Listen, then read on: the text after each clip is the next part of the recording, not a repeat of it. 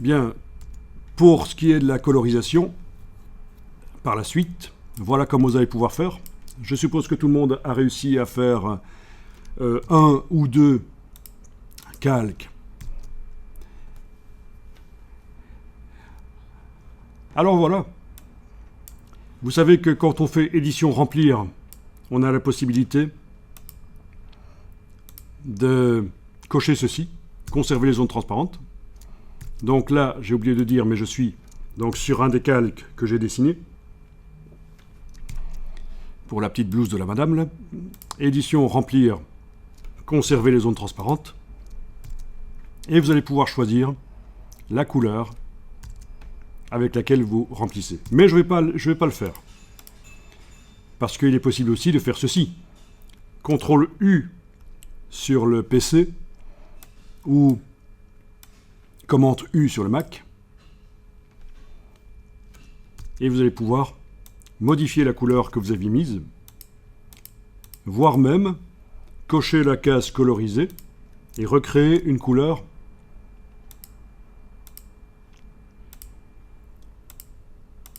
en redémarrant de zéro dans le réglage teinte saturation, puisque c'est ça qu'on a obtenu quand on a fait CTRL U sur le PC, commande U sur le Mac, image réglage teinte saturation. Donc voilà une solution.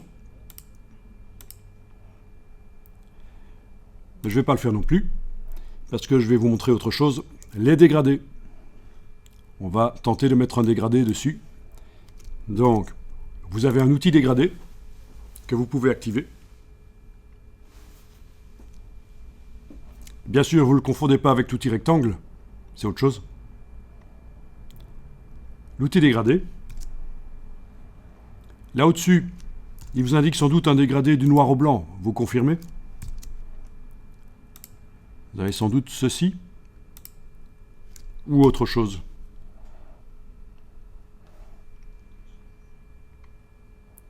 Ah, c'est peut-être le dégradé qui utilise à ce moment-là les couleurs qui se trouvent dans la palette des outils ici, d'avant-plan et d'arrière-plan. Voilà, donc ça n'a pas d'importance. Vous pouvez tester. Vous enfoncez le bouton à souris sur l'image, vous gardez enfoncé, vous tirez, et voilà, vous avez le dégradé qui s'est mis sur le calque.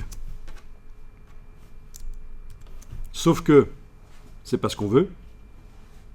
Donc on annule. On voudrait que le dégradé se mette seulement là où on a mis des pixels sur le calque.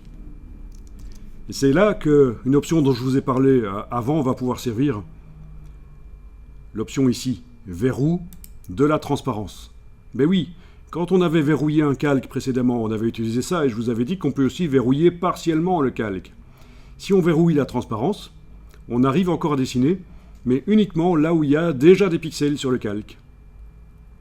Vous pouvez tester maintenant, après avoir verrouillé la transparence, vous testez, vous allez voir que le dégradé va arriver seulement là où il y a déjà des pixels.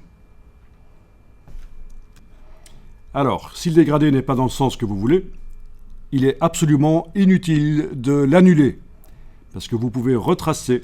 Pourquoi? Parce que le dégradé est en application normale, 100%. Ça veut dire qu'il est complètement recouvrant. Donc s'il n'est pas bon, vous recommencez, ça recouvre le précédent.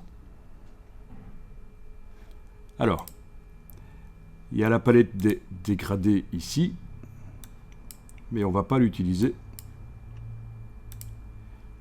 On va le faire à l'ancienne. On va modifier le dégradé. Vous allez cliquer sur le dégradé dans le haut de l'écran et ça fait apparaître l'éditeur de dégradé.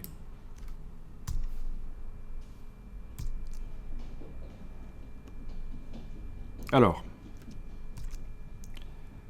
ok. Dans l'éditeur de dégradé, les indicateurs du haut permettent de choisir la couleur et ceux du bas, qui ont un damier, c'est pour la transparence. À moins que ce soit l'inverse et qu'il soit planté. Ouais. Ils se sont plantés dans les icônes ou quoi? Non, c'est bien ce qui me semblait. Donc c'est ceux du haut, c'est pour la transparence, et ceux du bas, c'est pour la couleur. Ouais, c'est bien ça. Ah, ça c'est bizarre. Ils sont plantés dans les icônes. Bon, ok. Donc ce duo permet de gérer la transparence. Mais on va garder notre dégradé totalement opaque. Donc on ne va pas s'occuper des indicateurs du haut. Et ceux du bas, c'est pour la couleur. Donc vous pouvez éventuellement double-cliquer sur l'indicateur du bas, un des deux indicateurs qui sont là, et choisir la couleur. Et vous voyez directement derrière ce que ça donne dans la palette dégradée. Ok, je double-clique sur l'autre.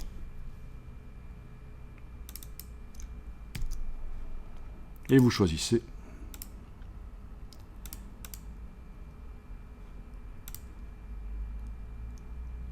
Voilà. Et vous tracez. Et voilà, c'est les couleurs que vous avez créées. Charmant.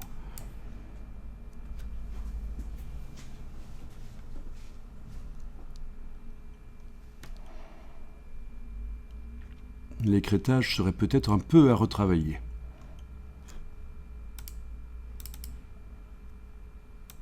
Dans mon cas.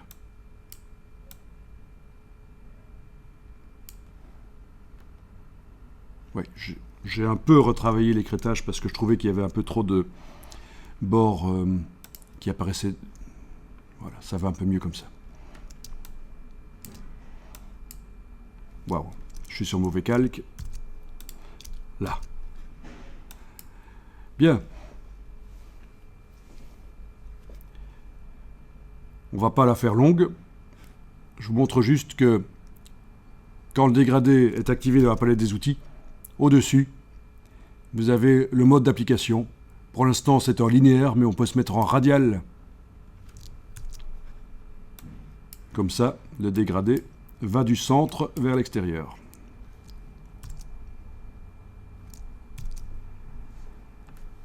La case inversée, si on veut que ce soit les couleurs inversées comme ça.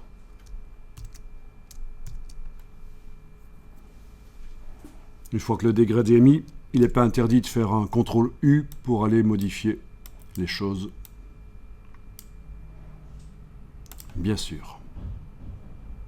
En image réglage teinte saturation. Et j'attaque directement les pixels. Là, je n'utilise pas de calque de réglage teinte saturation. Donc, pour le dégradé radial,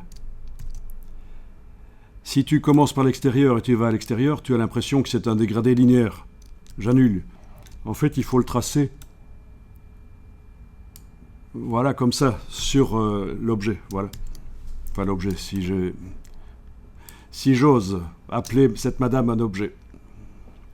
Voilà. Bien. Donc, pour le visage, ce sera la même chose. Et je termine, parce qu'on n'a pas énormément de temps ici, juste en vous montrant ceci. Regardez, vous allez tester après. Je prends le pinceau. Je vais dessiner en noir.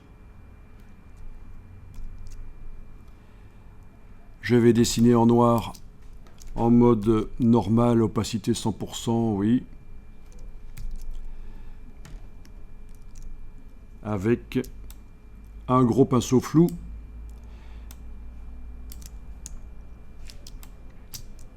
Donc je vous rappelle, CTRL ALT, clic gauche sur la souris du Mac, clic droit sur la souris du PC. Et si je dessine, voilà ce que ça donne. Je peux amener de l'ombrage sur le dessin. Je vous rappelle que pour le calque ici, la transparence a été verrouillée. Donc vous voyez que ça ne dessine que là où il y a déjà des pixels. Mais je vais annuler parce que je peux modifier l'opacité du pinceau. À la place de 100%, je le mets à 22. Et ça me permet d'amener des petits ombrages éventuellement. J'annule.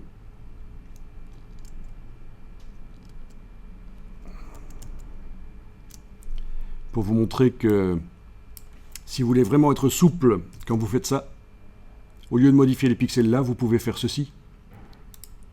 Ajouter un calque, l'écrêter avec la touche Alt, et sur ce calque, vous dessinez en noir.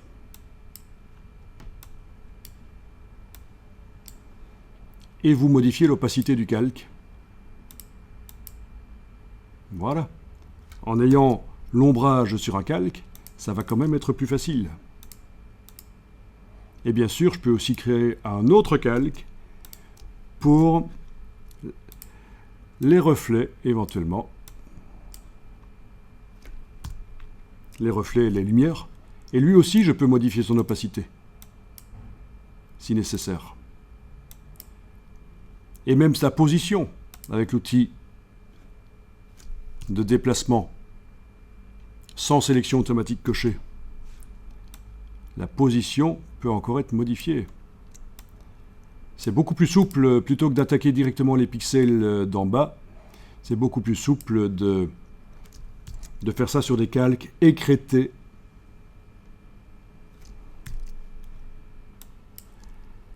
Et bien sûr, si il faut, on gomme à la gomme, flou pour bien faire, s'il faut enlever une partie des choses.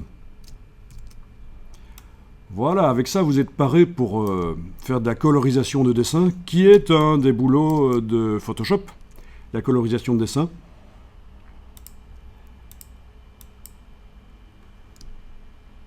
Voilà. Et aussi le travail de tout ce qui est logo, éventuellement, bien que ce soit plutôt le domaine de Illustrator, le vectoriel, mais parfois on reçoit des logos comme ça à mettre dans le bas d'une affiche, et c'est une version pixel qui vous est fournie, et elle est sur un fond blanc, mais votre affiche n'est pas sur un fond blanc. Vous voulez le logo entouré de transparence, ça va être une solution. Ceci, et ce qu'on va voir après, va vous aider pour faire plein de choses sur du graphisme. Donc, je vais enregistrer le document.